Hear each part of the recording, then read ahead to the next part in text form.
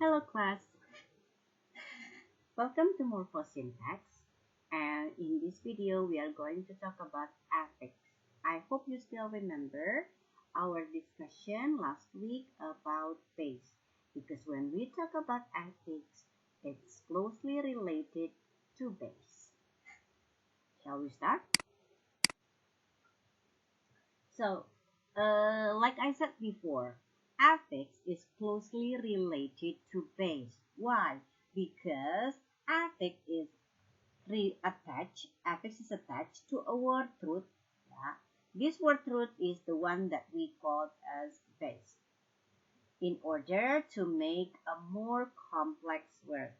So, for example, the word lovable. Okay, you add affix able to the base love. Okay, so the meaning becomes more complex.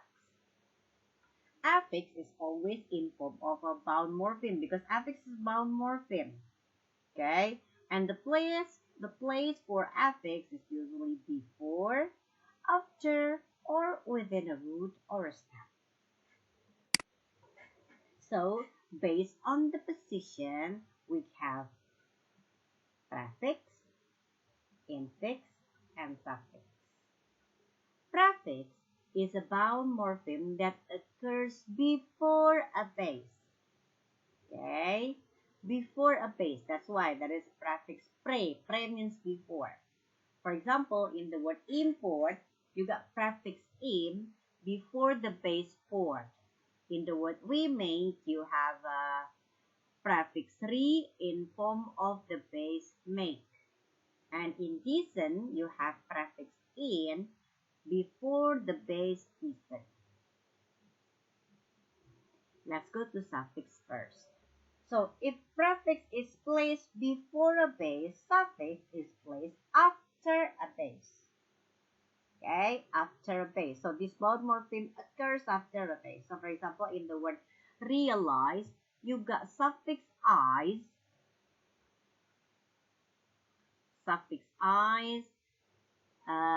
after the base real, and in the word noisy, you got suffix y, okay, or e, after the base noise, and then in the word dreamed, you have suffix it, yeah, after the base dreamed. What about infix? Is there any infix in English? If we talk about infix as bound morpheme that is inserted within a word, then English do not have such infix. Such infix can be seen in Indonesian words. So for example, the word kuning, okay, and then you place suffix between within the word kuning, so it becomes kemuning. For example, suffix that is inserted in the word getar, it becomes gemetar. Okay. In English, there is no such infix. Okay. But English has what is called replacive allomorph.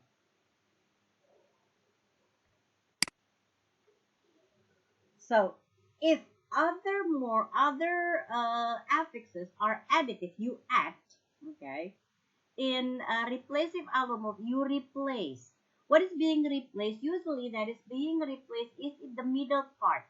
Okay, so it is like you change the sound in the middle. So for example, in the word sang, sang is originally sing, and then there is a change of e into I. Okay, I'll show you. Okay, here I have the word sang. Okay, originally, okay, it is sing, right? Originally, it is sing. And this is the phonetic transcription. Mind my phonetic transcription because it is written by using this. So, let me change this first. Yeah. Let's make it better.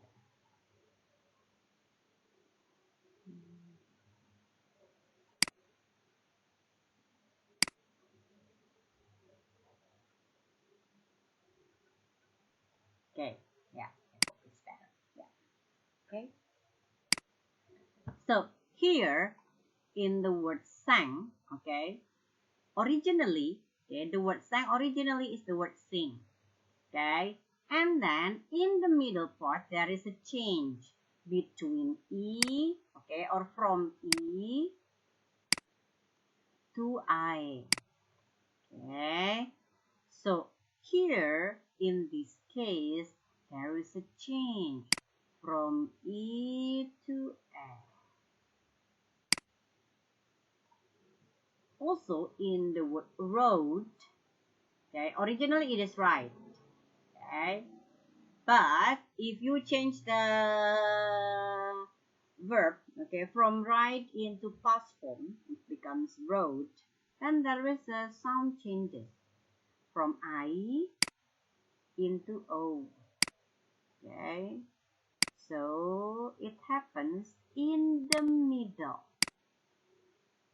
So it is called replacive allomorph. We replace the sound. We replace sound E into I. We replace sound I into O. Okay, that is the replacive allomorph.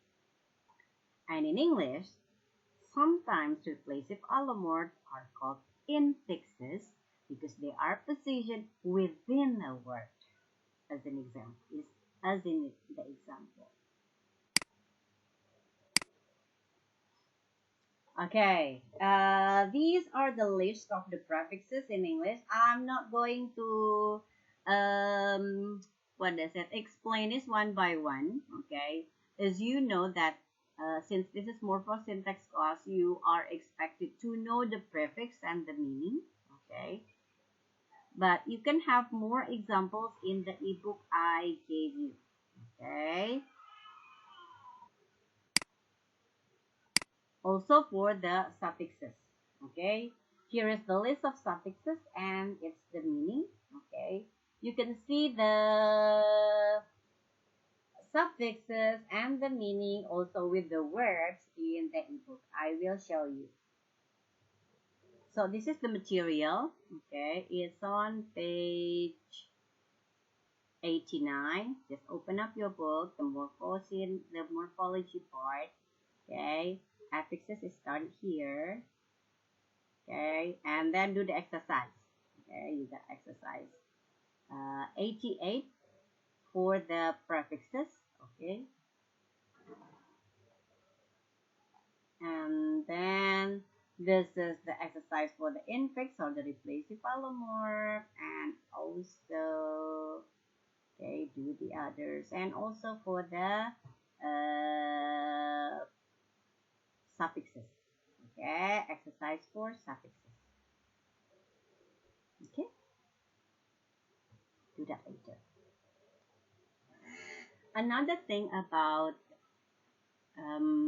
affixes is you can see it based on the major functional categories, okay, and in that case the types of affix can be divided into two, inflectional and derivational. Let's talk about the first one, inflectional. One thing that you have to remember is that compared to derivational, inflectional is the least, okay? So it's impossible to remember the derivational, okay? Inflectional morphemes always related to tense and numbers. So this is the list. This is one thing that you have to keep in mind. Other than inflectional morphemes must be derivational morphemes. So you have to remember the inflectional morphemes. Okay, let's talk about the characteristics one by one. The first one is that it doesn't change the part of speech. Okay, it doesn't change the part of speech. So, for example, here, if you have the word book, book is a noun, and then you add s, and it becomes books, the part of speech is the same. Book is a noun, books is also a noun. Or, for example, in the verb sing, okay, and you add s for third person singular and it becomes sings, the part of speech is still verb. Also from the adjective thin, and if you add it becomes thinner. Thin is adjective, thinner is also adjective. That's why it doesn't change the part of speech. Next characteristic that it is always come last in a word. It means if you add an inflectional morpheme, it means that you cannot add another morpheme. Okay, I will show you the example. Okay, here you have the word boy. Okay, the word boy. Okay, and then after you add s, it's impossible. Okay, to add. If it is, let's say, it's possible to add, for example, apostrophe. Okay, apostrophe s. Okay, it's possible here, but in other situation, no. So, for example, the word sing. Okay, the word sing. After you add s for third person singular to mark the third person singular, you cannot add any other morpheme. So, for example, because this is the subject is she. Okay, for example.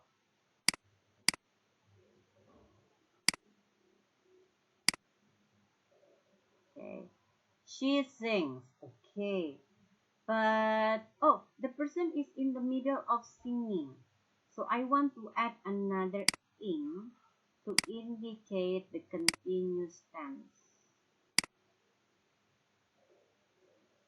So it's impossible to do it. You cannot have that. If you want to, if we want to say that this is the person, okay, the she is in the middle of singing, so you have to add starting from here. Okay, she is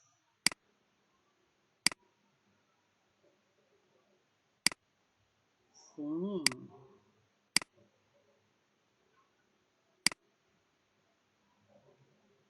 She is singing. Okay, you cannot she sings and then it becomes sing and then add another add, so it becomes sing like this. No.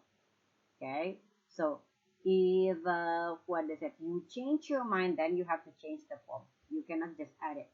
Okay, remember, because it relates to the last to the next characteristic, that it doesn't pile up, only one.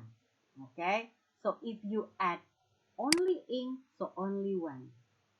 Yeah, if you add only s, okay, s like this, so it's impossible to add ing, so it must be only s, only one. Okay, so that's why it is called it doesn't pile up. Okay, only ends in a word. That's why it is said that they come last in a word, because it only ends a word. Next is that it goes with all the stem of a given part of speech. Okay, I will show you the example. Okay, look at the example here. I have the word meet. Okay, meet here is a verb. And then I add a verificational suffix and it becomes meeting. So here there is a change, okay, from verb to noun. This is what we call stem. So stem is what is it? The construction before we add inflectional morphemes here. Okay, so before we add inflectional, so it is called stem. Okay, so this is the stem. And then I want to change the word. Okay, so before meet becomes meeting, okay, I have a meeting. So meeting here is a noun. And then I want to say that I have two meetings. Then I want to add s to show plural. Okay, to show plural. In this case, Meeting before is a noun. If I add has, okay, the part of speech that is being maintained is the part of speech from the stem, not from the original, but from the stem. The stem was noun and it becomes another noun, then it is the same. Okay, so the part of speech is the same, noun and another noun. Okay, next, inflectional is always suffix. Okay, always suffix, and usually it indicates either tenses or numbers. Okay, let's look at the suffixes. So the first one is noun showing plural, s ending showing plural. Okay, and then s ending possessive showing noun singular possessive, and then we get s ending to show plural possessive or noun plural possessive, and then s ending to show third person singular, and then ing, okay, to show present participle, past tense to show the, okay, ed ending to show past tense, and then the to show past participle. Next we have er to show comparative, and the last is s to show superlative form. Okay.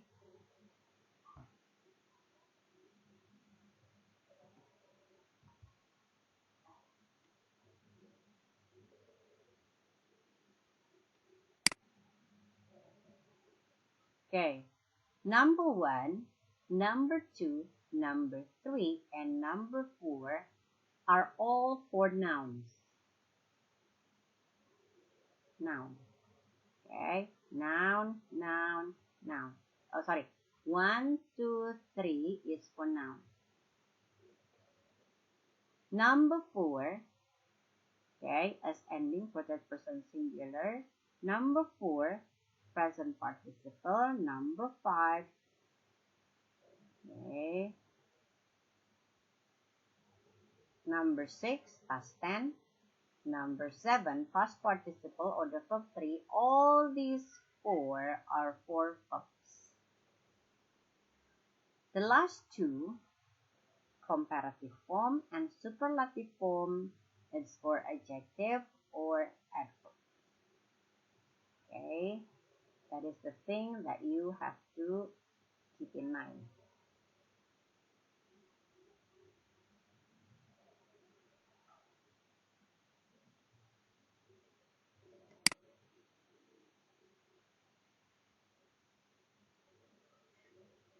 For each form, okay, even though it's s ending, but it doesn't mean the form is always s. Okay, so for example, to show noun plural, we can have s ending, but we can also have other forms. Okay, for the noun plural, for example, book becomes books, a bag becomes bags, but you can also get what is it, the irregular form. Okay, so for example, fish, the plural for fish is still fish, or for example, oxen, children. Okay, it is included in the noun plural, even though it doesn't use s. For noun singular possessive, usually we add apostrophe and s. For noun plural possessive, usually we add just apostrophe. And then for present third person singular, we add s, okay, in the verb, okay, for the third person singular. And then we have verb ing for present participle. For past tense and past participle, usually it is related to ed ending, but keep in mind that sometimes verb 2 and verb 3 is not have the irregular form. Okay, it doesn't always use the ed ending. Sometimes You have the irregular forms. For example, cut, cut, cut, cut, and then you have also the replacive allomorph before. So, for example, sings becomes sang or sing becomes sung. Okay, for the past participle. The last one, and us. Yeah, it's usually you add okay, or us after the adjective or adverb. So, for example, thin, you add it becomes thinner. Okay, and you add as to show superlative, it becomes thinnest. Okay, now is derivational affixes. Okay, one thing that we have to remember is that when we talk about derivational affixes,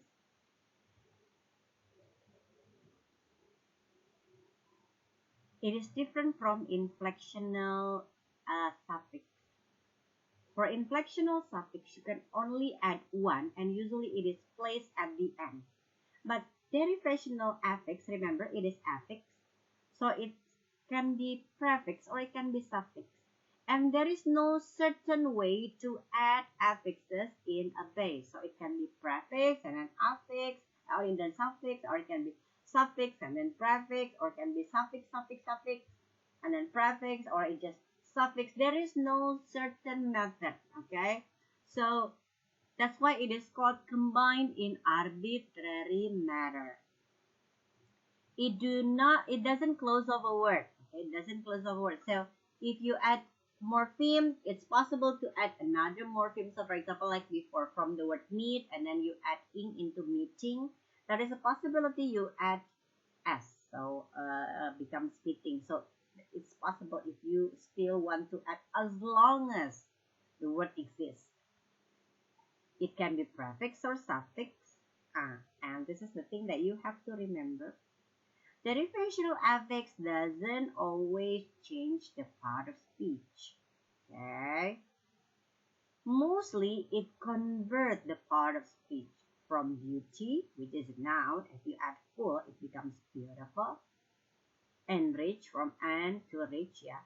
And then, for example, here, the adjective.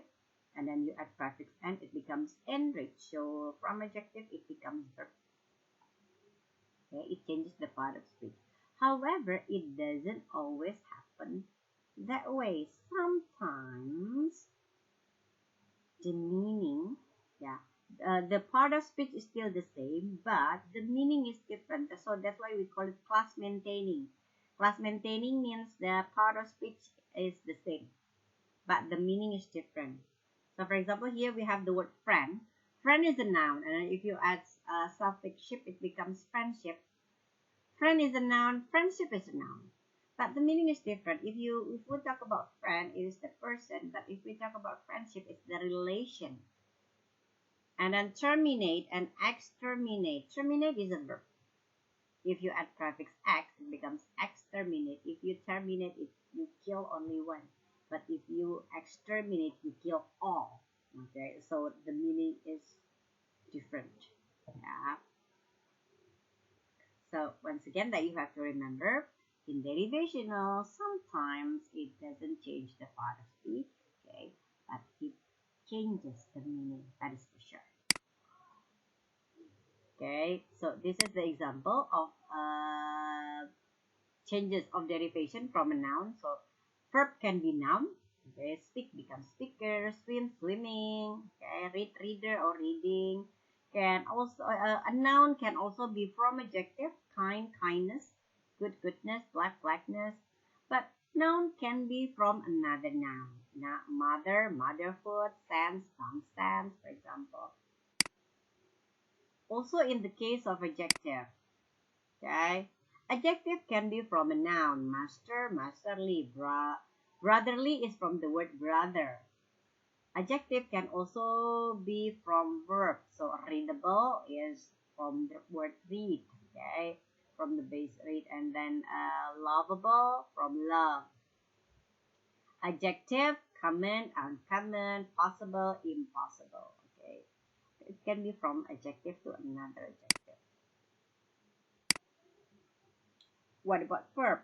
Also, We can have verb from noun, slave and slave. We can also have verb from adjective, rich and rich, legalized from the word legal.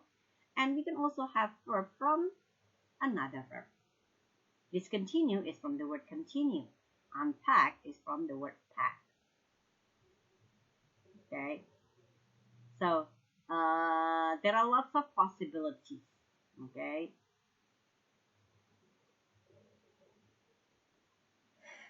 So read more information about inflectional and derivational and do the exercises here from the ebook. Okay. If you still have questions, ask me and then we can discuss in our next meeting. Remember, do the exercises. We will discuss the result or the answers next week. Until then, bye class.